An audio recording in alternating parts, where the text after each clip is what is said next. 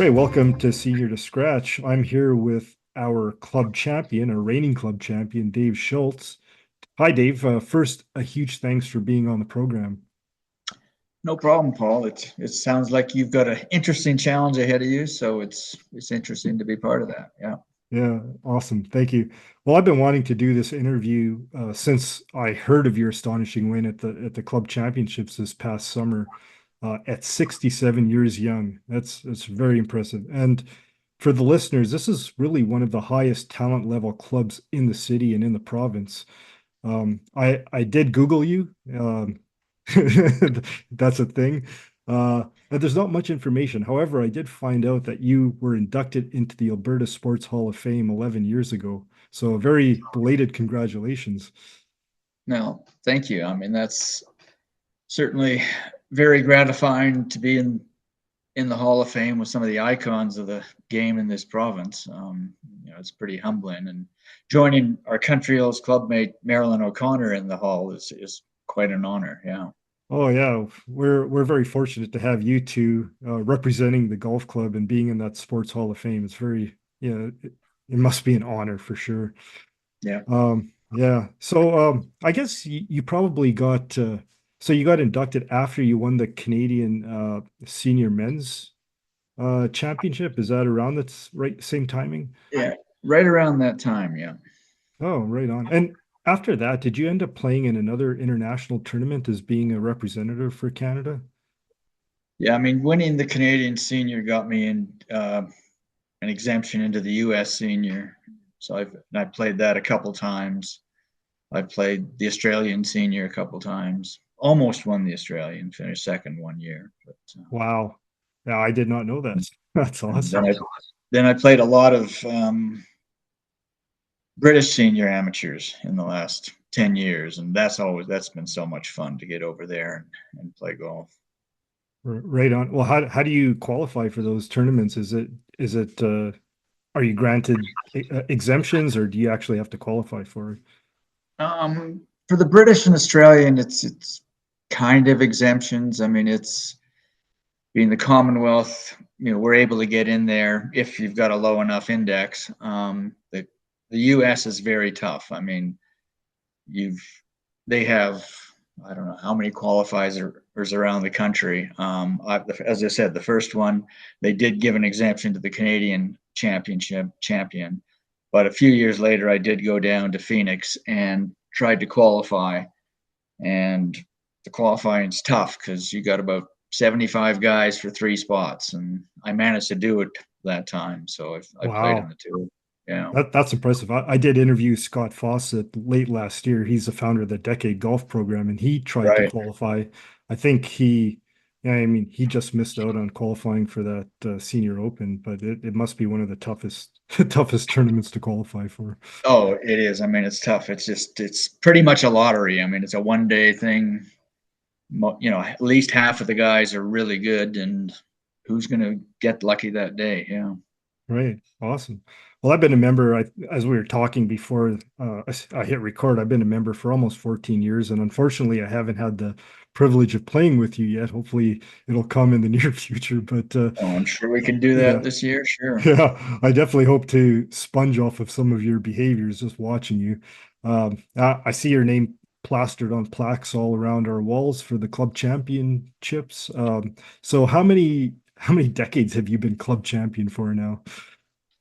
Well, I guess it started in the 90s, and I've been able to do it every decade, and finally got it again this past year. So, I think I guess that's my 14th time. So Wow, it's been 14 fun. times over 4 decades. That's certainly Yeah. impressive. Now, I mean, from my perspective at least, this last club championship, just from an age perspective, must have been the best one. Like, I mean, like I said before, our club has some of the best golfers in the city. Am I right in that opinion? Certainly, we've got a lot of good players. It's funny. I mean, that was probably the worst score I've had to win the club championship, but conditions were different, whatever. But certainly, it's rewarding to win at as young as I am. But wasn't sure if I had another one in me or not. But I had a really good year last year. I mean, I'm fortunate enough to be able to now that I'm retired, play down in Arizona in the winter, and I managed to win my Phoenix Club championship down there against maybe a better field. Wow. And then I Congratulations. played, yeah, so that was good. And then following up at Country Hills was very nice. I won a couple best ball tournaments with my buddy Tom Dixon at the club. He's a very good senior as well. I won the Alberta Senior, the Alberta Super Senior, and I won the part of the Alberta team that won the provincial championship at the Canadians this year. So Jeez. it's been a good year. Yeah. Not a shabby year, that's for sure. That is a career for most, I would imagine. So congratulations. So No, you've been all it's over the fun to do country. it and keep it going. Yeah. Yeah. So you've been all over the country playing golf, all over the world for that matter. What's your most memorable tournament? I mean, there's a lot of different ones. I mean, it's memorable to go to some of these places to play. I mean, but probably my first Canadian championship was one of the best, was the Canadian Mid Amateur in '99. And that was actually here in Calgary at Bearspaw. And it was a match play tournament at that time. So you played, I think it was 3 qualifying rounds to get into the top 32, and then you went match play.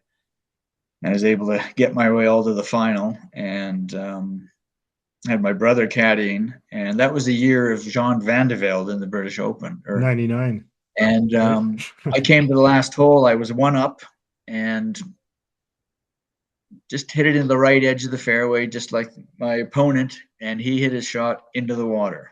I'm one up. Before I could even think, my brother handed me a wedge. Chip it up in front of the water, then go over. Make your bogey, win the hole, and so it was pretty funny. And so that was my first Canadian championship. Was pretty special. So did Van de Velde happen before that or before That that was after. tournament? It was before that, yeah. Yeah. So So you that was you in knew our that. minds at that point. Oh, it was, hey? Yeah, Yeah, that's crazy. Like all you had to do was what, double bogey to win outright or something like that. And he tripled to yeah, make a playoff. Yeah, it's yeah. crazy. Sometimes even the best don't think clearly. So Dave, I don't know a lot about you personally. So you said you're retired. Like, please let the listeners know what you did for a career, and then especially talk about your golfing pedigree. What age did you start playing? How did you progress in golf? How did you get to the level that you are today? Yeah. Well, I worked most of my life in the oil patch. A lot of it, I was trained in IT. Got my degree in computer science, and probably the last 15 years, I worked in commodity risk management, risk analyst, and worked for Encana for the last 15, 20 years. So retired probably 3 or 4 years ago now. So now I'm enjoying life and playing golf and trying not to shovel too much snow. Um, That's awesome. but yeah, I wasn't the kind of, I wasn't a junior golfer like you see nowadays. I mean, although in that days probably nobody was, but I didn't have a great chance to play a lot when I was a kid. I liked the game. But my dad was a 3 or 4 time a year player, like many people, and I never got a chance to play a lot till I was at least mid-teens. And but I really, right from a young age, I liked the game for some reason, whether just being exposed to that or watching Shell's Wonderful World of Golf on TV. Yep. But I would spend hours in the backyard chipping plastic balls around, making holes around the trees, this and that. And in the winter I'd do it inside in the basement with ping pong balls. And you can learn a lot by doing that. It's really an interesting way. I've talked to a couple other people, that good players that, funnily enough, did the same thing. So I learned a short game before I learned anything else. I mean, I got to be able to learn to do anything I could with those kind of golf balls. And once I started being able to play a lot, didn't have a real good golf swing, but got it around. But really didn't get good until I moved to Calgary. I grew up in Winnipeg, went to school in Winnipeg, and then got a job out here. And that's when I started started to get a little better. I probably came out here maybe as a 4 or 5 handicapper and started playing at Redwood Meadows. And at the time, so many good players in Alberta were at Redwood or had gone through Redwood. And I was lucky enough to hook up with a guy there, that Randy Torgerson, who used to play on the mini tours in Florida and that. And he taught me so much, not necessarily about the golf swing, but about how to play the game, how to manage your game, and that sort of thing. And that really started me going, and he got me getting into tournaments. And I'd play country tournaments. My first tournament win was down at Medicine Hat, which was his hometown.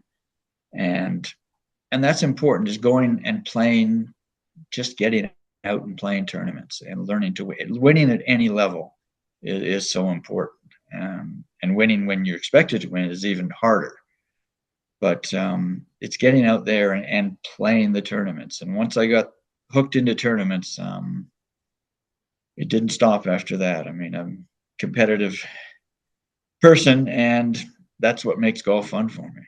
Oh wow, that's excellent. Like I'm in my 50s now. I've only played in 2 club championships. That's all I've done for competitive tournaments. So I'm like, starting this year, I want to make an effort to actually try to play in some of these, whether they're city tournaments or provincial tournaments, and maybe the club championships again. Like, yeah, I find it's completely different than playing with my buddies, right? Like, even just Yeah. getting onto the first tee, the trying to remember the rules, swapping scorecards, checking markings on the ball, like that all sort of puts me out of my element a little bit.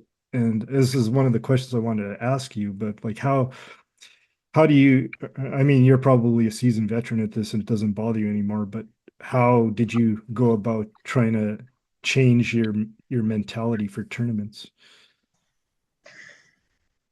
I guess it really comes down to playing lots of them and getting comfortable, just like anything, just like public speaking or whatever. It scares everybody to start. And the more you do it, the better you get at it. And it's playing with, people at your club that want to play, that want to try to play your best every round. Doesn't mean you have to play slowly or anything, but it's paying attention on every shot and trying to make a score, not necessarily trying to make your best swings, because if you don't have it every day, but it's trying to get it around and grinding it out and making a score. Yeah, that's That's, excellent advice. Have to you do can it. get into that mode, and on every round, it's going to be so much easier when you get into tournament. Oh, okay. Well, this kind of leads into my next set of questions. So I want to focus on the club championships this past year. I was Yeah. playing in it, as I said, I played in a much worse flight than you, obviously. So I wasn't playing as far back. I think I was in the third flight. But I know firsthand how lightning fast the greens were. And the talons from the tips is a beast. It's like 7,200 yards. I've only played it from there a couple of times because of the length. So I just want to know, like, first of all, on average, how far do you drive the ball, and how did this compare to the field of those youngster golfers that plus handicappers that you were playing with? Well, it's funny. I probably don't hit it much shorter than I did when I was in my prime, but that's mostly due to equipment. Hmm. And yeah, in my prime, I was probably in the top third, but now that's not even close. I might carry it 245, 250, um, which for a senior is pretty good. But yeah, some of these kids I was playing with, they'd hit their 2 iron that far.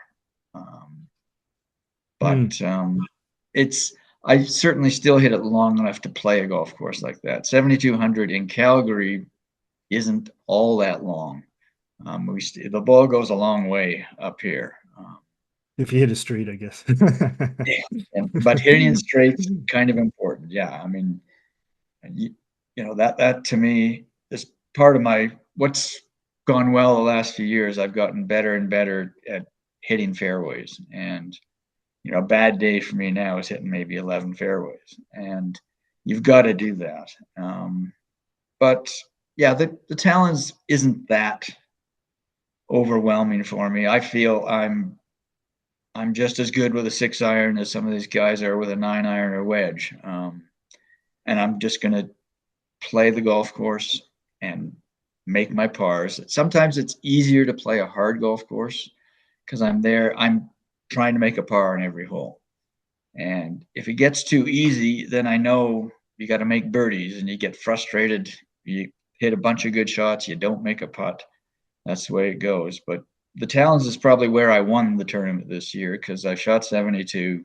There's probably only two or three other guys that broke 80. And Wow. I missed three or four putts I should have made under 10 feet too. There's only one hole that really can be, number 11 from the tips is That's a so beast. hard. That's over 400 yard. Yeah, it's like 430, 440, I something like know it's that about uphill. 450 uphill, and if you get it 450. into the wind, that's pretty tough. The rest of them aren't that big an issue for me, and I'm just hitting a little bit longer club. Oh, that's awesome. Like along those lines, when I play with my regular crew, I'm usually out driving them by 50 plus yards, right? I think, Yeah, maybe I hit it. I don't know if I hit it straight, maybe it can go 280 to 300 or something like that. But in the yeah. club championship, I'm way behind these youngsters, and I know you've honed this mental ability, but I had to try to resist the urge to actually put a little extra into my swings. So how do you stop trying to keep up with youngsters? You may have already answered the question. You just kind of plod along. Is that Yeah, I mean, I know what I can do. I mean, I can't, I know I can't hit it with them, and I don't need to. I hit it plenty long enough, and that's the key. I mean, if I was playing a tour course at 7,600 on sea level, well, that's going to be a little different. But anything around here, I can play the back tees without any problem. Um, I just won't have as many wedges as other guys. That's all. right? Do you usually play your rounds from the tips or when you're playing with your friends? Or like, I'm just curious. I don't see Um, you at the club very often. Yeah. On the ridge, we play the back usually because that's only 6,700. We'll probably play the golds on the talons, which is again 67, 68. I'm only going to play the. I can't find many guys to play the tips with me anymore. So I'm only going to play a round or two and then the club championships. But Okay, I've played it enough that I know where to hit it. I know what I'm capable of there. right. So I was talking about the very hard greens. At least they're hard compared to what I'm used to in terms of like they're very firm. So I assume you're going in. Sounds like you're going in maybe with long irons, maybe metals, maybe not. But what's your strategy when you're approaching these tournaments when the greens are that firm? Like your opponents are playing wedges, you might be playing a 5 or 6 iron or something like that. Is it just it's just second nature to you? Pretty much. I mean, I would much rather have firm greens. It's so much it's easy. It's easier to putt because they're going to be smoother. It's easier to chip on because you don't have to worry about whether it's going to check or not. They're more consistent, and it rewards a good shot. If I hit a good solid shot, if I'm going to be able to stop it on any green like that. But so it gives me an advantage in some ways. Whereas if you just hit a sloppy shot in there on a wet green, it's going to hold. But it's not. I would rather have a shot that takes a bounce or two and stops rather than just stops where it lands. And Hmm. it's part of playing the game. And the faster the green, probably the better I'm going to putt. Wow. I have a hard time. I have a hard time on slow greens actually hitting a putt rather than giving it a good stroking the putt. Yeah. Yeah, with me, like I'm so tentative because the greens are so much faster than I'm used to. And once again, it goes back to probably needing to play in more of these events to get Yeah. to just And kind of get that is comfortable. certainly is a problem with our club championship and many others. Yeah. Suddenly 2 days before the club championship, the greens get 2 feet quicker and nobody's used to it. And yeah, if you're not used to going back and forth on speeds, it's tough for most people for sure. Yeah. Yeah. All right, like let's shift gears a little bit. I want to ask you about your pre-shot routine. Can you walk us through what you do on a typical shot? Well, the biggest thing is thinking about the shot, trying to come up with what the yardage is, how you want to play the shot. You know, And I will certainly look at where not to hit the shot. Where's the best place to miss it, and make sure that if I miss it, I'm going to miss it in that spot. It's avoiding the big mistakes. But once I've got all that figured out, it's just a matter of I'll stand behind the ball, look through the ball at the target, and stand up there and give it my best shot. Do you use any sort of visualization techniques? Are you seeing the ball flight, or you just focus on the target? I've never been really the one to be able to see that. Some people can see that image. I know Jack Nicklaus always talked about that. I could never do that, but I'm just going to focus on the target, focus on the kind of shot I want to hit, and go from there. Awesome. So you did allude to this earlier, but like you must have a killer short game. So can you talk about your around the green play, your putting? You must make your fair share of 8 to 10 footers and avoid three putts largely. Yeah. Well, I'd say my chipping and pitching is probably one of my strengths. I can I can get it up and down from most places, and that's the key because you just don't have your best stuff every day. But as I said before, it's making sure you miss in a place where it's not that hard to get up and down. That's part of being a good chipper too, is missing in the right places. But that's certainly one of the big strengths of mine. I'm a decent putter. Some would say I'm a good putter. I mean, I'm pretty good at the short ones. I really need to make a lot more of the 10 to 15, 20 footers to make more Yeah. birdies. But I'm probably, a better lag putter than most people by far. That's one of my strengths, I think. I can get there, and I very rarely three putt. If I three putt once in 4 or 5 rounds, that'd be a lot. Wow. Um, and that comes down to reading greens. It comes down to speed, of course, and reading the speed of the greens. It's so important. So how do you practice? How do you practice your putting to hone to dial that speed in on the practice screens? Or is it Um, just something you're born with?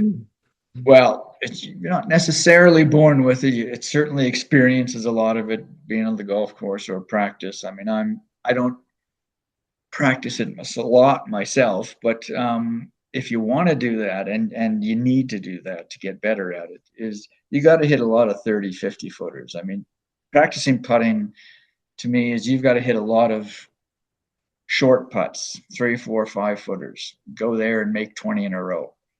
That's not as easy as it sounds. And then you hit the long ones. Hit the 30 to 50 footers, but don't go and hit 4 or 5 balls. Take 2 balls. First, try to read the putt. That's practice your reading, and then hit that putt. Learn from that, and then the second ball. Hopefully, you've learned from that, and can you translate that into hitting a good putt? And then you try another one. But you've got to hit a lot of long putts. You got to read the green right. You've got to look at it from the side. Just that's when you can really see whether it's uphill, downhill. And at Country Hills, I don't think enough people pay attention to the grain on the greens. That's so important. Every putt at our course, the grain affects it. And if you don't know that, you're going to miss a lot of putts. Oh, okay. That's And pretty good. you would have hit a good putt, but then you're not sure you actually hit a good putt. Ah, so what's the So secret is what to look at the hole and look at how where the grass is discolored, or what? How do you do that? I honestly um, didn't even know. yeah, it used to be a lot easier. The Talons, it used to go all one way. It used to all go to the Center Street Bridge. Now, most of the old ones still go that way, but they tend to go up and down the hill. But mostly, especially if it's nice and sunny, it's easier to do. If you're looking at it and it looks shiny, you're down green. If it Right. looks a little dark, the green, you're into the Oh, green. And oh, that's it's good it's advice. into and it's also going to affect your right to left, left to right. And that's why, I can tell, I can play with people, and I'll know where they're going to miss it. And it's been fun playing Riley's matches. We can point to, okay, this guy's going to miss it 3 feet right. And he does. And he hit a good putt. He just didn't understand what was going to happen. So it's important to understand that. Well, And a lot of that's great. Like, first of all, like I three putt way too much. I think, I maybe not a third of the time, but maybe a quarter of the time I'm three putting yeah, from 30 plus feet. So this is one of my focus areas for this year. And I realize like even pros only make half of their 8 foot putts. So yeah. I'm not as concerned with that. I want to avoid three putts. So if I could three putt That's once every 4 rounds, I might get to scratch just by doing that. oh, that's so important. Yeah, it's don't give away shots. Yeah. It's the biggest So thing. you talked a little bit about practice. Now, like how often do you practice? Are you just practicing before a round, or are you consciously going to the course on off days and setting aside a certain amount of time for each part of the game? Um, I guess now being retired, I play a lot, so I don't practice as much as I used to. I mean, I will certainly warm up before a round, but I don't really consider that practice. But I will practice enough, and certainly when I was working, I didn't have time to play a lot. So yes, I would get out there for an hour and practice, but I'm going to probably will spend easily half my time around the green, chipping, putting, whatever, at least maybe more. Oh, that's good to know. Like, do you practice bunker shots at all? Yeah, I'm not going to do that every day, but I will spend some sessions now and then in the bunkers. Like, there's some really mean bunkers on the Talons, and they call it getting McBroomed, or there's different Yes, words for it, but yeah, like you that's the said, word. you probably avoid those bunkers that are the most penal, especially if they're short siding you, and that's something that takes a little bit of skill to be able to do that. You have to control your distance and dispersion and that sort of thing. Yeah, for sure. And the bunkers, I mean, yeah, some of the bunkers we have are a little nasty, and sometimes, yeah, a good shot is just getting it out. Um, Other Yeah, times, you've got to understand what you can and can't do with a shot. There's no sense right, trying to play the 10% shot. right, You got to hit a shot that you can hit at least half the time. right. Um, So you mentioned you spend probably less than half of your time pounding balls on the range. So do you have a strategy for what you're doing there? Are you kind of playing a course in your mind, or are you just trying to hone in your swing? I'm just trying to work on the swing, get the muscles going. I mean, if I'm hitting a club and I'll hit 3 or 4 real good shots in a row, that's good for that club, and I'll continue. I might, especially if I'm getting ready for a tournament or I know what conditions might be coming up, I might try to hit some low knockdowns into the wind. Even if it's not into the wind on the range, I'm still going to do that. I might try practicing taking 5 yards off a shot, not hitting every shot full out, doing things like that. Right. It's important also on the range. Now, are you a left-hander or I'm a right-hander? lefty. Yeah. Yeah. Okay. But it's hard to practice with the wind behind on your back.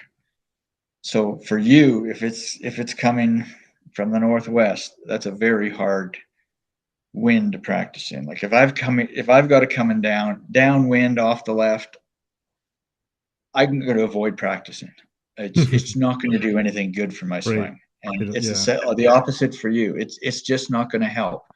To warm up and get loose, but I don't really worry about how I'm hitting in that wind. It's very hard to hit into that wind. Right. The best Oh, wind to practice in is dead into you. Then you'll know how the ball's curving. okay. That's good advice. Yeah. So All right. that's the biggest thing but there's also days when you can go out and practice and you're hitting it awful. You have no idea. And sometimes the body's like that. Sometimes you just got to cut your losses. You're not going to get any better. Don't groove something So, bad. yeah. Get out of there and try another day or go to the practice green and work on that. But sometimes you don't have it. And Right. sometimes you can't get it that day. Awesome. Well, thanks for that insight. Now, I'm going to shift gears again. Yeah.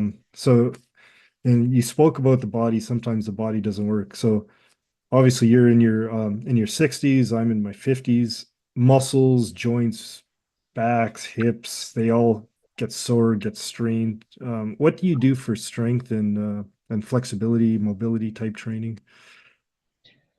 Yeah, I mean, now for me, it's good. I'm not getting out there. I'm playing a number of rounds a week, so I'm walking. And to me, once you start getting in a cart, you're going to age twice as fast.